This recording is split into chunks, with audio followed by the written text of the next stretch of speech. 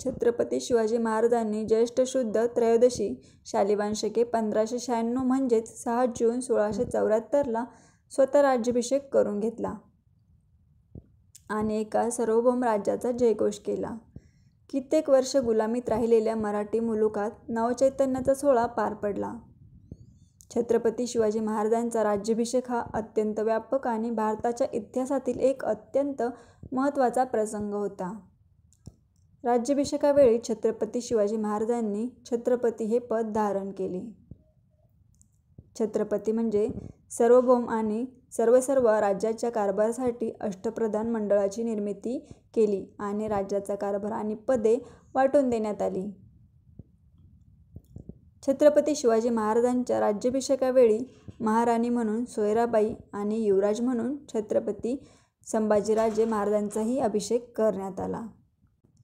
छत्रपती शिवाजीराजे भोसले यांच्या शिवराज्याभिषेकाची तयारी कितीतरी महिने आधी सुरू झाली होती. राज्याभिषेकासाठी निश्चित अशी कोणती परंपरा नव्हती. प्राचीन परंपरा आणि राजनीतीवरील ग्रंथातून काही विद्वानांनी प्रथा परंपरांचा अभ्यास केला. शिवराज्याभिषेकासाठी देशातील कानाकोपऱ्यातून ब्राह्मणांना आमंत्रण देण्यात आले होते. लोक मिळून जवळपास लाखभर लोक रायगड या ठिकाणी जमा झाले होते. 4 महिन्यासाठी त्यांची राहण्याची उत्तम व्यवस्था करण्यात आली होती. रोज त्यांना मिष्टान्नाचे जेवण असे. सरदार, राज्यातील श्रीमंत, गणमान्य व्यक्ती, दुसऱ्या राज्याचे प्रतिनिधी, विदेशी व्यापारी आणि सामान्य जनता असे सर्वच या सोहळ्याला उपस्थित झाले होते. प्रत्येक दिवशी एका धार्मिक विधीत आणि संस्कारात छत्रपती शिवाजी महाराज घडून गेले होते. छत्रपती शिवाजी महाराजांनी सर्वप्रथम आपली आई जिजाबाईंना नमस्कार केला, त्यांचे आशीर्वाद घेतले. त्यानंतर महाराजांनी विविध मंदिरात जाऊन देवदर्शन केले, देवके दर्शन घेतले, पूजा केली आणि ते रायगडाला 12 मे 1674 परत आले. तुळजापूरला भवानी मातेचं दर्शनासाठी त्यांना जाणं शक्य नव्हते, म्हणून 4 दिवसांनी ते प्रतापगडावरील प्रतिष्ठापना केलेल्या भवानी माता देवीच्या दर्शनासाठी गेले.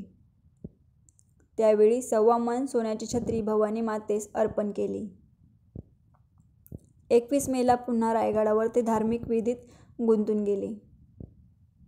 महाराजांनी 28 मेला प्रायश्चित्त केले, जानवे परिधान केले. दुसऱ्या दिवशी 2 राण्यांबरोबर पुन्हा विवाहविधी केला. त्यावेळी गागाभट्टांना 7,000 होन तर इतर सर्व ब्राह्मणांना मिळून 17,000 होन दक्षिणा दिली. दुसऱ्या दिवशी महाराजांची सोने, चांदी, तांबे, जसं तकथील, शिसे आणि लोखंड अशा 7 धातूंनी वेगवेगळी तुला झाली. याशिवाय वस्त्र, कापूर, मीठ, खिळे, मसाले, लोणी, गूळ, फळे इत्यादींच्या तुला झाल्या. 6 जून 1674 राज्याभिषेक झाला. या दिवशी पहाटे उठून मंत्रोच्चार आणि संस्कारांबरोबर आंघोळ करून कुलदैवतेला स्मरून राज्याभिषेक सुरू झाला. गागाभट आणि इतर ब्राह्मणांना यावेळी आभूषणे आणि वस्त्रे भेट देण्यात आली. यावेळी छत्रपती शिवाजी महाराजांनी शुभ्र वस्त्र परिधान केले होते. गळ्यात फुलांच्या माळा घातल्या होत्या.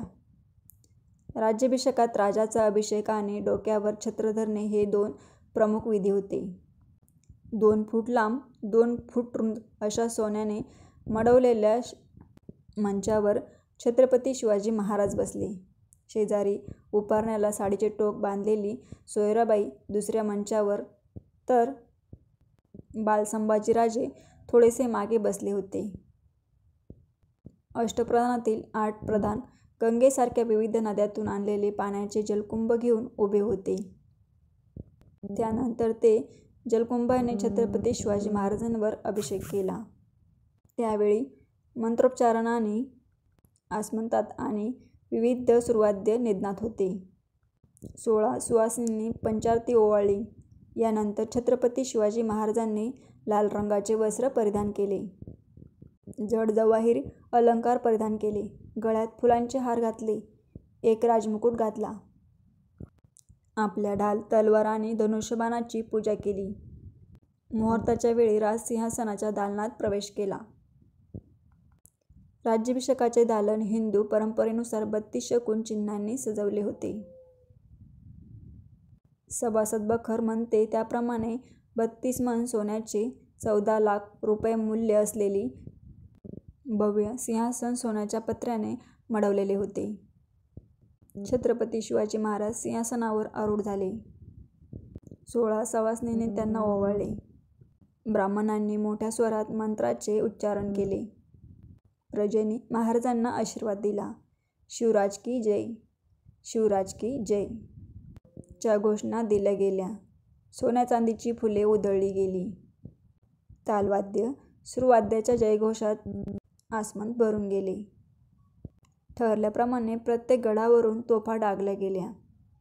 मुख्य पुरोहित गागाभटांनी पुढे येऊन राजांच्या डोक्यावर मोत्याची झालर ठेवत शिवछत्रपती म्हणून उच्चार केला. राजे छत्रपती शिवाजी महाराजांनी सर्व जणांना खूप धन भेट म्हणून दिले. एकूण 16 प्रकारचे महादान केले. त्यानंतर विविध मंत्रिगणांनी सिंहासनापुढे जाऊन राजांना अभिवादन केले. छत्रपतींनी त्यांना या प्रसंगी विविध पदे, नियुक्तिपत्रे, धन, घोडे, हत्ती, रत्ने व शस्त्रे दान केली. हे सर्व सकाळी 8 वाजेपर्यंत संपले. समारंभ संपल्यावर छत्रपती शिवाजी महाराज पहिल्यांदा एका देखण्या घोड्यावर स्वार होऊन जगदीश्वराच्या मंदिराकडे गेले. तिकडून हत्तीवर स्वार होऊन त्यांची मिरवणूक रायगडावर निघाली. इतर 2 हत्तींवर जरीपटका आणि भगवा झेंडे घेऊन सैन्याचे प्रतिनिधी होते. सोबत अष्टप्रधान आणि इतर सैन्य होते. रायगडावर ही मिरवणूक जात असताना सामान्य जनांनी फुले, चुरमुरे उधळले, दिवे ओवाळले. रायगडावरील विविध मंदिरांचे दर्शन घेऊन महाराज महालात परतले. तुम्ही ही ऐतिहासिक स्टोरी पूर्ण ऐकली त्याबद्दल तुमचे आभार. जर तुम्हाला स्टोरी व्हिडिओ आवडला असेल तर लाईक करा, शेअर करा आणि सबस्क्राईब करा आणि बेल आयकॉन बटन प्रेस करा, जेणेकरून तुम्हाला पुढील व्हिडिओ बघायला भेटतील. धन्यवाद.